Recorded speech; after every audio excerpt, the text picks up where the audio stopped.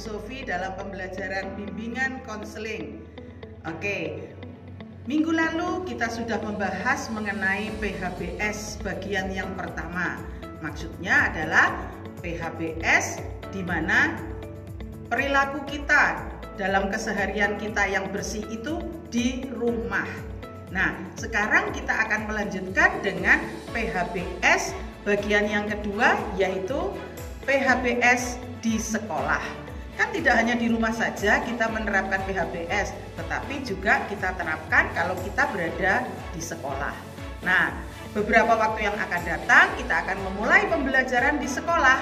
Maka kamu juga harus tahu apa saja yang harus dilakukan pada saat PHBS itu di sekolah.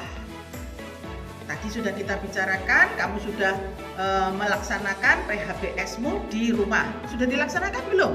Lah, kalau yang belum melaksanakan, segera untuk melaksanakan.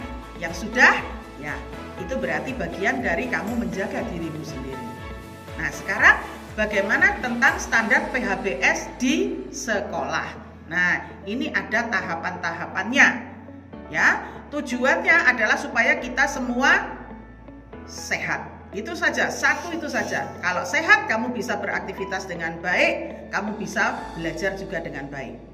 Yang pertama, standar protokoler kesehatan yang harus kamu terapkan di sekolah adalah penggunaan masker. Masker ini kamu gunakan mulai kamu berangkat dari rumah menuju ke sekolah. Dan masker pun ada berbagai macam. Ada masker kain yang bisa dicuci, ada masker medis yang sekali pakai harus dibuang di tempat yang semestinya atau tempat sampah. Nah, ya. Tujuannya pakai masker supaya apa? Supaya kita menjaga keselamatan orang lain. Droplet kita tidak berpindah ke orang lain, demikian juga droplet orang lain tidak berpindah kepada kita. Yang kedua, yaitu cuci tangan sesering mungkin. Nah, begitu kamu masuk halaman sekolah, petugas akan menginformasikan dan mengingatkan kalian untuk terlebih dahulu cuci tangan di wastafel yang telah disediakan oleh sekolah yang berada di depan dekat pagar sekolah. Di situ ada 2 wastafel, kalian bisa menggunakan secara bergantian dengan tetap menjaga protokol jarak. Nah, setelah cuci tangan, baru yang ketiga adalah kalian masuk ke dalam bilik desinfektan yang sudah pula disiapkan oleh sekolah.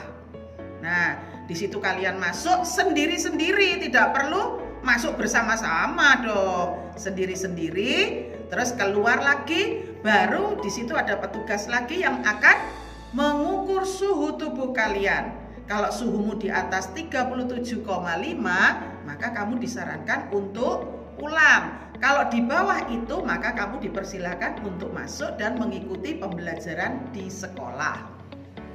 Yang kelima, nah di dalam tasmu kan selalu ada desinfektan, hand sanitizer. Nah, itu gunakanlah sesering mungkin hand sanitizermu itu. Nah, begitu kamu melakukan aktivitas misalnya izin ke kamar mandi, habis buang air kecil, nah gunakan hand sanitizer itu. Dan di beberapa bagian titik di sekolah kita juga sudah disediakan hand sanitizer, jangan khawatir.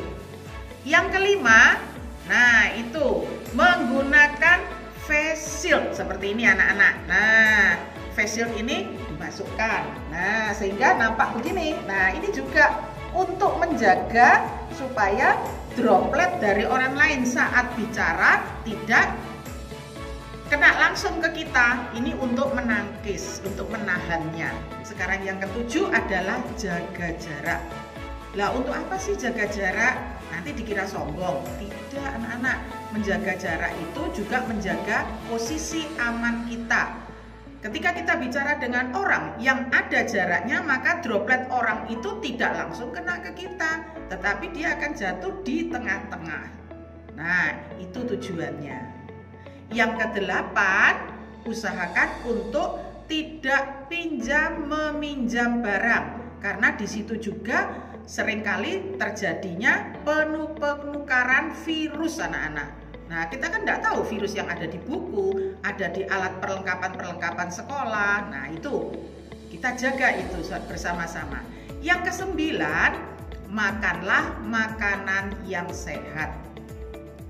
Di sekitar sekolah kita ini banyak orang jual makanan, tetapi belum tentu makanan itu adalah makanan yang sehat. Maka usahakanlah dari rumah sudah membawa makanan. Apa tujuannya? Supaya kita tetap sehat. Karena saya yakin makanan yang dimasak oleh orang tuamu sendiri itu sangat-sangat memenuhi kriteria kesehatan. Yang ke-10 adalah menjaga kebersihan diri. Jangan kemproh anak-anak. Nah, habis keringetan terus dilap begini. Nah, itu kan kemproh. Nah, itu tidak menjaga kebersihan diri. Nah, jadi kalau berkeringat ya basuhlah dengan tisu yang sudah kamu bawa. Jadi jangan dilapkan di baju. Itu tidak menjaga kebersihan. Bajumu juga akan kotor. Selanjutnya yang terakhir adalah menjaga kesehatan. Nah, menjaga kesehatan ini erat kaitannya dengan beristirahat. Nah, orang sehat kan istirahatnya 7-8 jam. Ya, lakukan itu di rumahmu, juga di sekolah. Menjaga kesehatan diri kita. Tidak perlu kita berangkulan dengan teman, karena itu juga akan membagikan virus ke orang lain. Sebagaimana kita ketahui bahwa kita menjaga ini semua, diberikan materi PHBS ini tujuannya supaya kita sehat. Ya, ada satu hal yang ingin bisa disampaikan kepada kalian, yaitu sehat itu bukanlah suatu kemewahan. Sebenarnya sehat itu murah-murah saja kok, tetapi akan menjadi mahal ketika sehat itu berubah menjadi sakit. Bayangkan, kalau orang sakit, dia harus berurusan dengan dokter, harus berurusan dengan rumah sakit.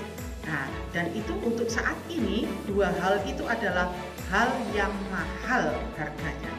Di samping itu kita juga nggak bisa beraktivitas kalau kita sakit. Nah, maka itu dikatakan sehat itu sebenarnya sederhana dan murah-murah saja. Tetapi akan berbalik menjadi mahal kalau sehat itu menjadi sakit. Maka anak-anak, yuk kita jaga kesehatan kita supaya kita bisa beraktivitas dengan baik, sehingga kita bisa meraih prestasi yang baik. Terima kasih anak-anak hebat yang sudah melihat video ini. See you next time. Bye.